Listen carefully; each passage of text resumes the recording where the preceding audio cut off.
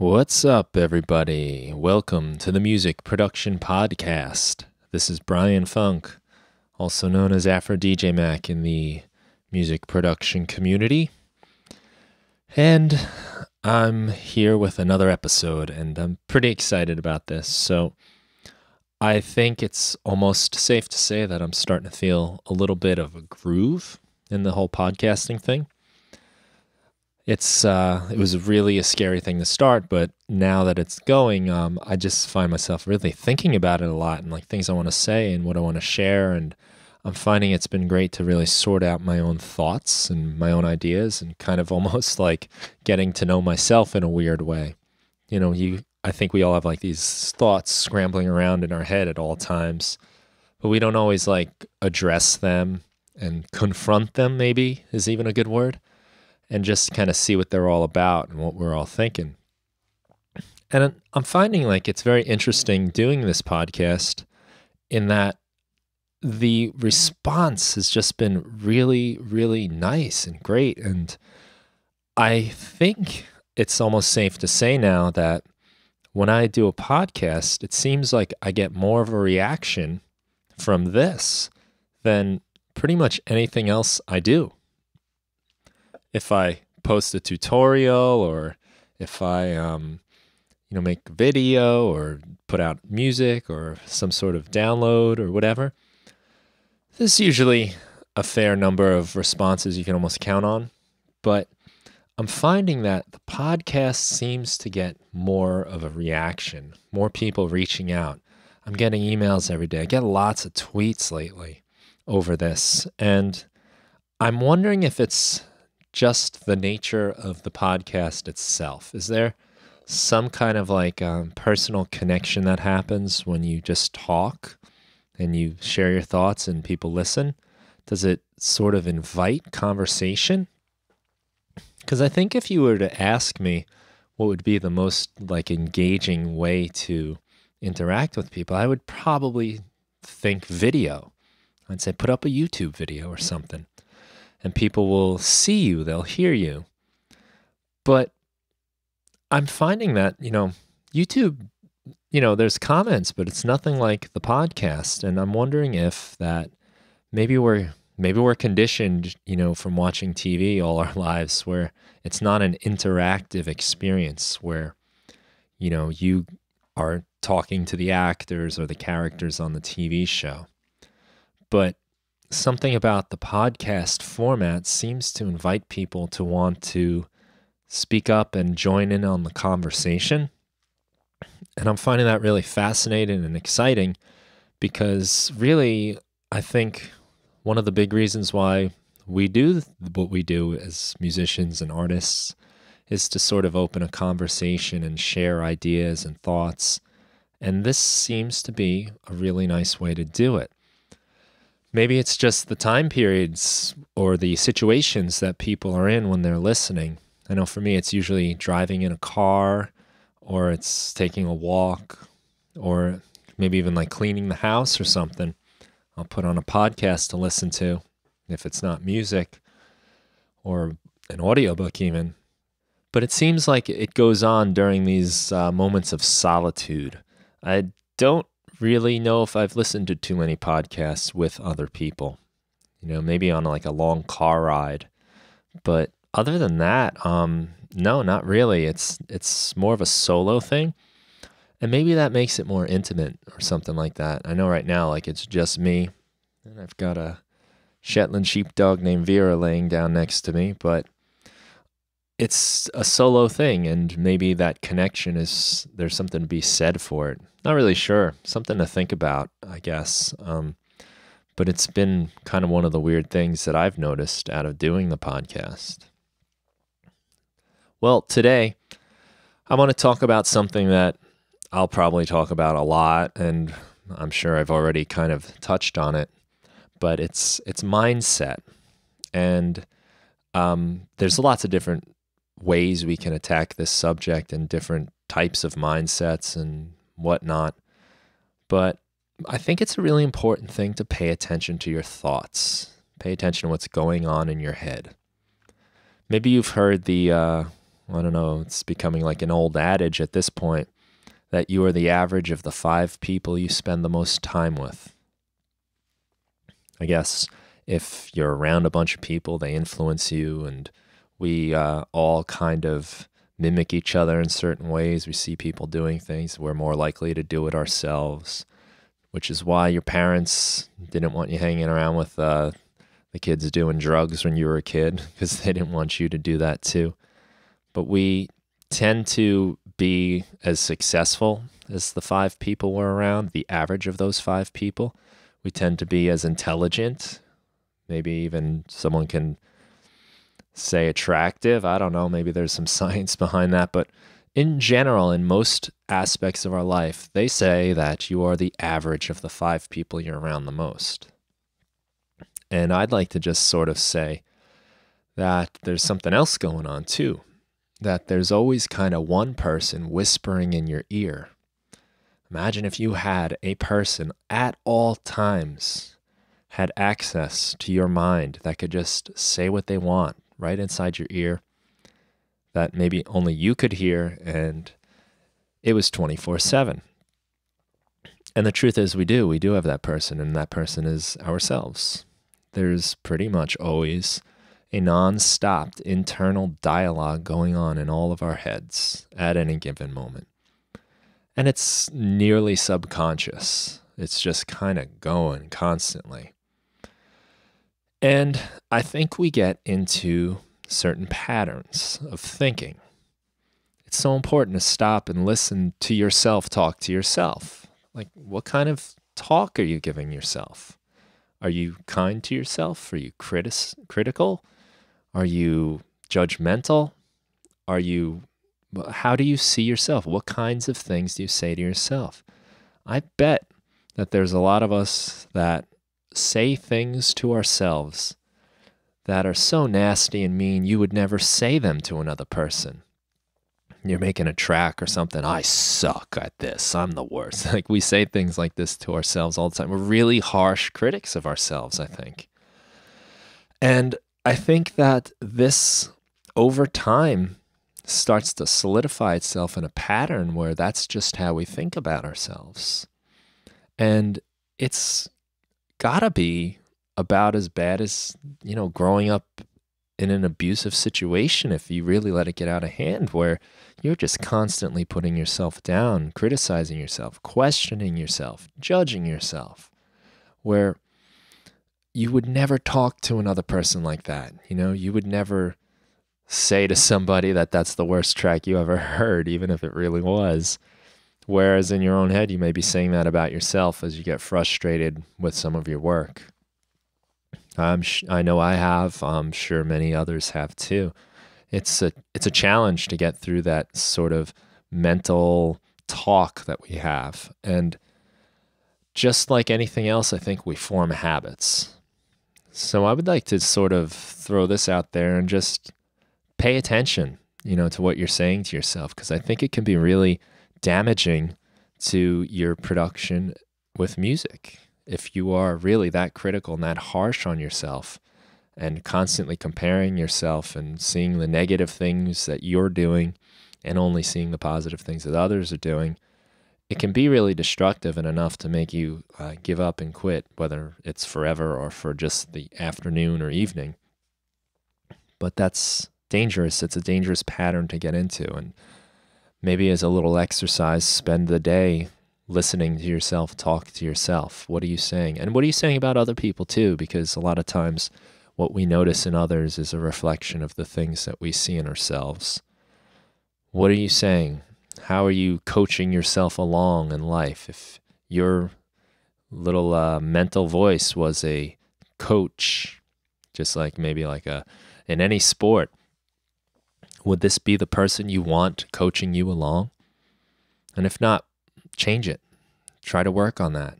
Try to find yourself being a more supportive member of your own brain and your own work by teaching yourself and recognizing what you're saying. This is something that I think, meditation is really well known for, is that it helps you pay attention to your patterns of thinking and just the awareness to realize, I bet we've all come across people that we see that they're just kind of self-defeating. They are going to fail before they even try, and it's really because of what they're telling themselves in their head. So it's important to recognize that in ourselves so that we can rise above that. So as far as mindset goes for today, I want to talk about what we can focus on. I want to focus on what you can control rather than the things you can't control. A lot of our frustration in life, if you ask me, which you didn't, a lot of our frustration comes from resisting reality. So we don't accept reality and we want to fight it. We're not happy with the way something turned out and we go against it.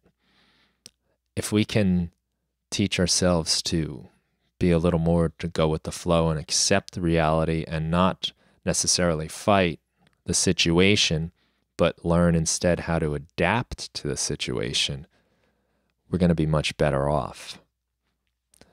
If you're getting angry because of the weather, for instance, that's something you have no control over. And getting angry, wasting energy, being mad and annoyed about that and feeling defeated is pointless. It's a waste of energy. It's a waste of creative energy. And the real thing you want to be working on is how to find a way to adapt. So figure out something else to do that day instead of wasting your time being all mad about it. And I think we can apply this sort of thing to our music making. A lot of us focus on the results. We want to see plays on our SoundCloud. We want to see YouTube videos. We want to see likes on our Facebook. We want to see notoriety. We want people to review our music and give us glowing reviews. We want people to hear our music and tell us that's the greatest song they ever heard. And we know we are successful if we can get those things, if we sell X number of records. And I'd like to ask you before I go any further, what is your measure of success? How will you know when the next thing you're working on is successful or not? Is it that so many people listen to it? So many comments? Is it sales? What's the number? What's the successful number for you? Is it 100,000 sales? 1 million? Is it 100 sales? And really try to define what success would be. If the next thing, whatever you're working on right now, were to come out, what would be the definition of success for you? How would you know that this was good and this made it, or any of these terms we use? What would that be to you? I think it's very easy to get caught up in things that are external measures of success, things we don't have any control over. We have no control over how many people are going to listen to our latest track or how many people are going to buy your album. We really don't have a lot of control over that. We can do things to influence it. We can promote, we can work on publicity stunts and whatnot, but to actually influence it is hard. To actually make things happen like that is hard, and a lot of times it relies on factors beyond our control. If we let those types of factors be our measure of success, I think we're going to be doomed in most cases, and we're going to be upset and give up. I always say this to my English classes in high school about a little anecdote about Thomas Edison, apparently anyway. Whether it's true or not, I kind of don't even care anymore. It's just a good story, good motivation. But when Thomas Edison was trying to invent the light bulb, he failed over and over again, say like 1,000 times. And his attitude wasn't like, oh, not again, it didn't work.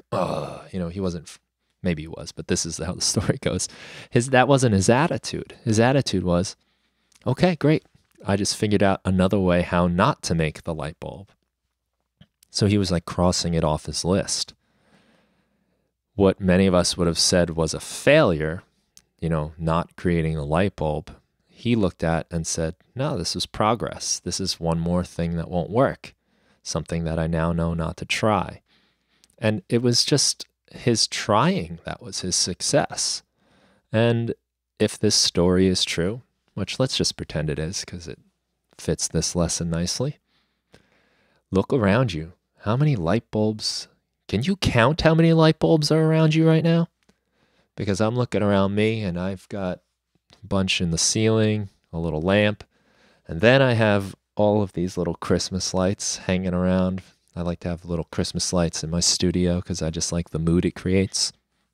I think mood is so important in your studio setup. But I can't even tell you. There's a ton. It would take me a while to count them. So he's had a tremendous impact. And if he would have been focused so much on the failures as, not meeting his standard of success, he might have given up. And who knows where we'd be right now. So let's not focus on the external things. If we can focus on things we can control, we're going to be much better off. And if we're feeling like we're accomplishing goals, if we're feeling like we're improving, we're more likely to keep going. And this is a mindset thing. So it's just a matter of kind of retuning the instrument, that is the brain. Retuning it to a mindset that will be productive for us and our creativity. So what kind of things can we control? In my mind, I think the number one thing is showing up and putting in the work. It's time. Can you do that? Can you see just the mere fact that you sat down and made music as a success, regardless of it came out right or not, if you got a working light bulb or not? Can you see just the act of doing it as success? Just the act of doing it, showing up, putting in the time. That's a great measure of success, if you ask me, because you can control that. And you can set goals for yourself that have to do with showing up and putting in the time and putting in the effort. And then you can meet those goals. And you don't have to rely on things that are out of your control to find success and to reach your goals. You have your own goal that's all on you. And here's the good news. By just showing up, by just putting in the time, by just working at it, you will inevitably improve. Even if you do something that sounds terrible or is useless in some way, you've learned something. If you are clever, you've learned something. And probably even if you're not clever, it probably just seeped in on some subconscious level. But you've learned things and you've grown as a producer, as a musician, as an artist. You've tried new things, you've experimented, you've done things you haven't done before, and you've put in the time. If we have the old, was it Malcolm Gladwell, 10,000 hours of anything to reach mastery? You have to do something for 10,000 hours. I believe it's Malcolm Gladwell. Sorry if I'm misappropriating that, but this is a relaxed and laid back podcast where we let our thoughts flow, and sometimes they flow incorrectly. But the point isn't who, the point is what. And the what is that apparently if you spend 10,000 hours doing anything, you can reach mastery. It takes that long, 10,000 hours. So what's the math on that? I would need a calculator for that, but we're talking years and years and years of time. If you were to do a 40-hour work week 50 times a year, like many of us do at our jobs, then what's that, 2,000 hours maybe or so? I don't know. Don't quote me on that, but that's 1 year. Let's just say it is 2,000 hours and go with 1 year. So it's going to take you 5 years every week, 40 hours a week. And again, check my math on that. But the point is this, that it's a long time to reach mastery at something. Long time, lots of effort. So how can you see that as just, how can you see showing up as just you getting closer to that goal. And remember that that's one of the most important things you can do. See that as the goal, putting in the time. It's a great goal that you have a lot of control over. You have a lot of control over the amount of effort you put into things. And that's important too. I mean, you can show up, but like only half-heartedly try. But how hard are you trying? Really try your best. I think that we're always training ourselves. This is something I learned from training dogs when we first got that Shetland sheepdog I just referred to earlier. As a puppy, really didn't know anything about training a dog and was quite surprised at how much work a puppy was. So we'd maybe watch some videos on YouTube and learn some things we could train, and then we'd sit down with the dog, 20 minutes, half hour, and try to train the dog, give her some treats.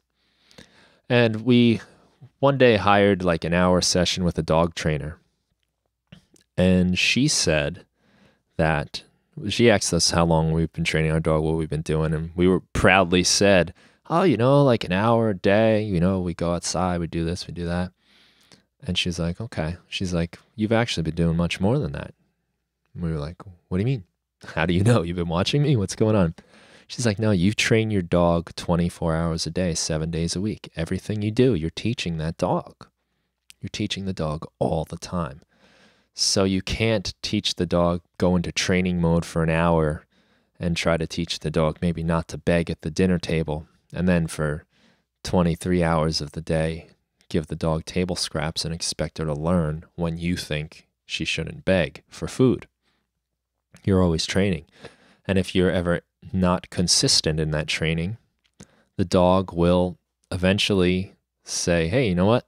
I know I'm not supposed to climb up here. I know I'm not supposed to climb on the couch, because they get mad a lot of the times.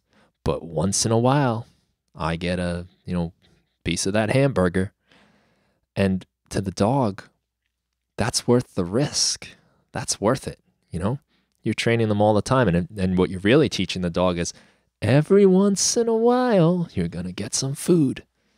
And that dog will gamble every single time to get that food.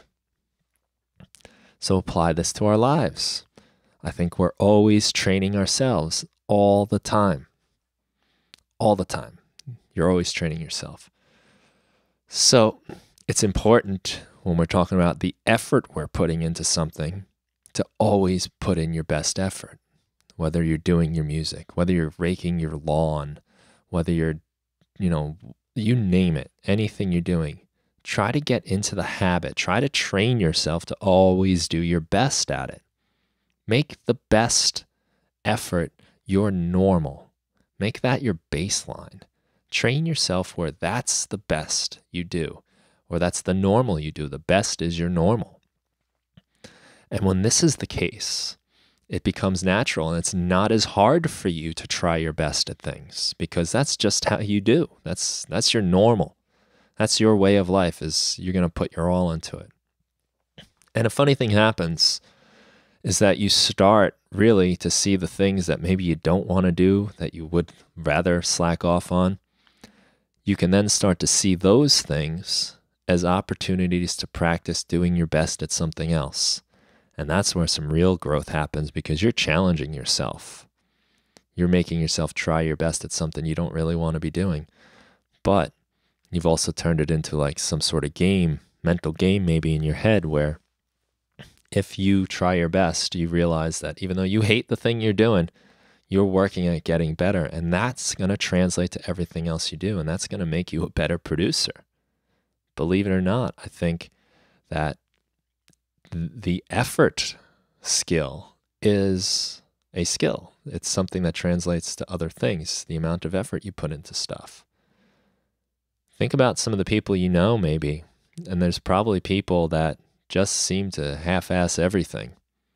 You name it, everything they do is just kind of like a half-hearted effort. And then you probably know people that just are good at everything, and they just can do stuff. And it's probably because that's how they operate.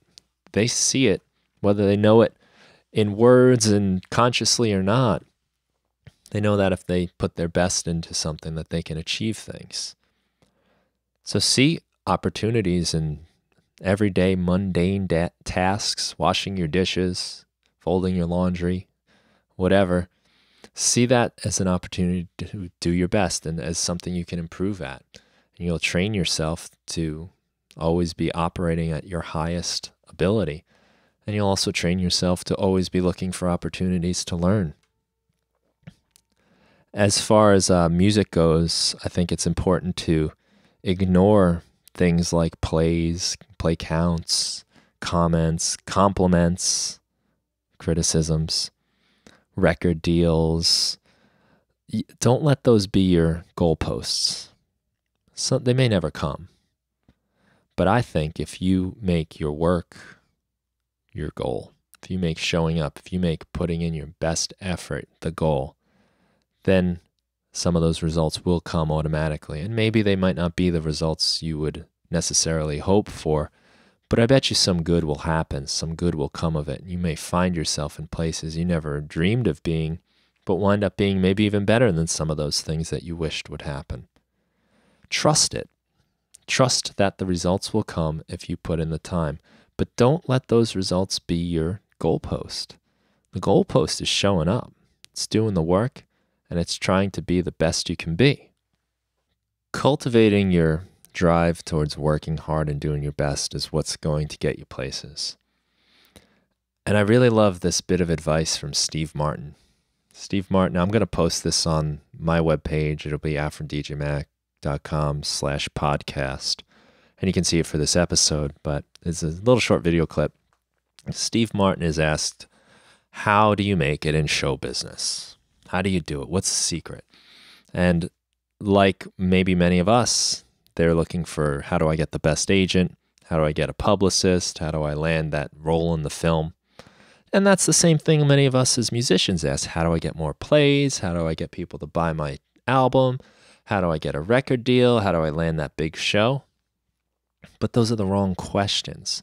And Steve Martin answers it in such a great way. He says, be so good they can't ignore you. Just be so good they can't ignore you. If your goal is to just get better and improve, it's going to take you places. And you will probably eventually get that good that people will just have to notice. It'll just be undeniable. Look at this guy. Look at this girl. Look at her go. Look what she's able to do. Look at how determined she is. The determination, the fight, that's what's special. That's what's important. The other stuff comes with that. So being so good they can't ignore you. And just think about that too. Imagine you have a business. Isn't that the person you want to hire? That person that's just hungry to be as good at whatever it is you're doing as possible? That want to be the best they can be? That are going to do everything they can to reach their maximum potential? That's an employer's dream come true. And it's so hard to find. That's probably the best part about it. It's hard to find. It's hard to find. And if you can just be that, it's an amazing quality. I know I'd way rather work with somebody that had that drive and that desire to improve than someone that was really good at what they do maybe, but no burning desire to do their best, phoning it in half-heartedly, because that also creates an attitude and a mindset that will infect you. Remember the 5 people you were the average of? Well, if you're around like that person who is really good at what they do, but their general attitude is like lazy or it is uninspired, prepare to soak that up yourself. Prepare to feel the effects of that negativity. But to be around someone that's hungry and that wants to do their best and that is trying to be so good that they can't be ignored, that's a great quality, and that will inspire others as well. Super important. Great advice from Steve Martin, and it's a great mindset to get yourself into. Can you be so good that they can't ignore you? And pay attention. As I close out this episode, I do want to leave you with that, and a challenge I will give to myself as well is to really, really try to pay attention to what's going on in your head. What's your motivation level at any given time when you're doing things?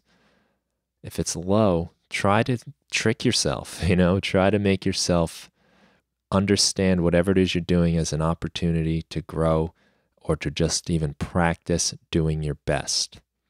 Make your best your standard of operation and watch as other things in life come as a result. And watch as people notice and watch as people pick up on that energy you're releasing. And watch as I'm sure people will want to be around that and want to soak it up. Be the best you can be at all times, even if you're having a bad day, even if you're sick. Be the best you can be in that moment. Make that your mindset. Focus on what you can control. And you cannot control the outside circumstances. You cannot control what other people do. You cannot control how other people act. You cannot control what awards are given to you. But you can control yourself. You can control your work ethic. You can control your effort. You can control your mindset.